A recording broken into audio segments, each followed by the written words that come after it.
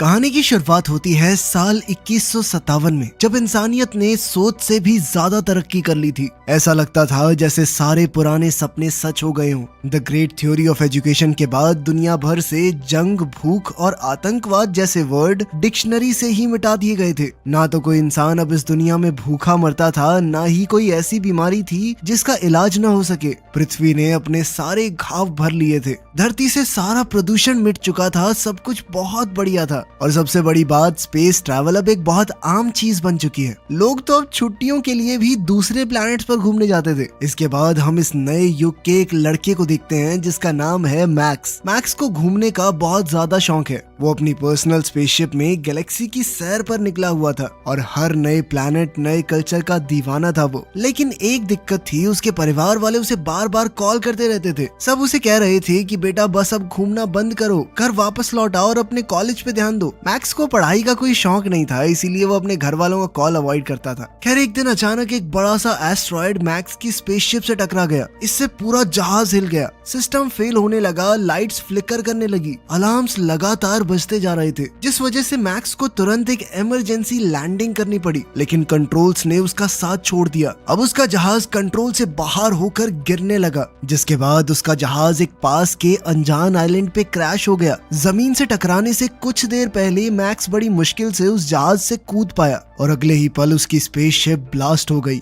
Max अब इस अनजान ग्रह पर अकेला बिना किसी सहारे के फंस चुका था। ये प्लैनेट देखने में कुछ अजीब सा था, न ज्यादा रोशनी थी न आवाजें, सिर्फ एक खामोशी जो कानों को चुभ रही थी। मैक्स अब इस अजीबोगरीब प्लैनेट पर घूमने लगा। जंगल के बीच में उसने हाल ही में बुझाई गई आग देखी, जिसका मतलब साफ था कि यहाँ कोई और भी मौजूद था। थोड़ी और आगे बढ़ने पर उसकी नजर एक छोटी सी छुपी हुई क्रीचर पर पड़ी। मैक्स ने उससे बात करने की कोशिश की, लेकिन वो डर कर भाग गई। मैक्स सोचने लगा कि आखिर ये कौन सी दुनिया है यार। तभी एक तेज आवाज के साथ एक सोल्जर सामने आया, जिसका नाम था जेफ। उसने मैक्स पर तुरंत अपनी बंदूक तान दी और कुछ अजीब भाषा में चिल्लाया। मैक्स कंफ्यूज हो गया, ना उसे समझ आ रहा था कि आदमी क्या कह रहा है, ना वो अपनी बात समझा पा रहा था। मैक्स ने अपनी बेल्ट से एक छोटा सा ट्रांसलेशन डिवाइस निकाला। ये गैजेट किसी भी भाषा को ट्रांसलेट कर सकता है। जैसे ही उसने इस डिवाइस का एक हिस्सा कान में लगाया तो जेफ ने उसकी बेल्ट पर गोली मार दी। इसके बाद जेफ मैक्स को गिरफ्तार करके अपने साथ ले गया।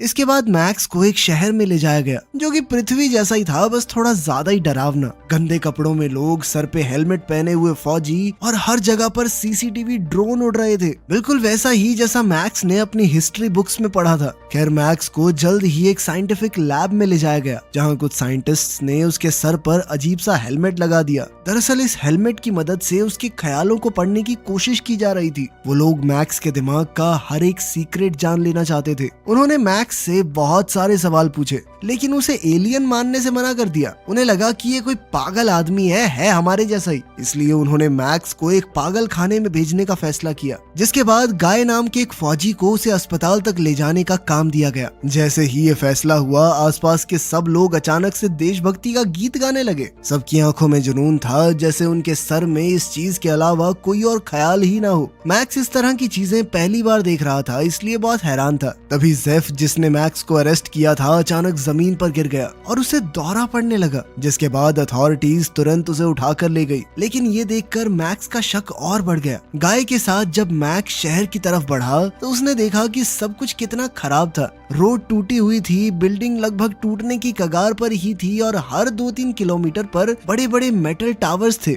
मैक्स ने पूछा कि ये टावर किस लिए हैं? गाय ने जवाब दिया कि आजकल यहाँ बाघ ही बहुत ज्यादा बढ़ गए हैं, इसीलिए ये टावर दुश्मनों से रक्षा के लिए हैं। लेकिन उसकी ये बात खत्म भी नहीं हुई थी कि तभी एक बहुत बड़ा बम धमाका हुआ। एक टावर का बेस उड़ गया और पूरा टावर मैक्स के ट्रक के सामने गिर गया। चारों तरफ धूल, आग, धुआं, शोर, चीखें, सब कुछ। कुछ लोग भाग नहीं पाए और मलबे के नीचे दब गए। एक बड़ी लोहे की रॉड मैक्स के ट्रक में घुस गई। गाय मलबे के नीचे फंस गया था। मैक्स ने बिल्कुल भी समय बर्बाद न करते हुए पूरी ताकत लगाकर गाय को बाहर निकाल लिया। अब आग की लपटें उनसे कुछ इंच दूर ही रह गई थी, लेकिन मैक्स ने गाय को बचा लिया। ये देखकर गाय भी हैरान था कि ये कोई नॉर्मल आदमी तो नहीं लगता। उसके दिमाग में ये सवाल घूमने लगा कि आखिर ये है कौन।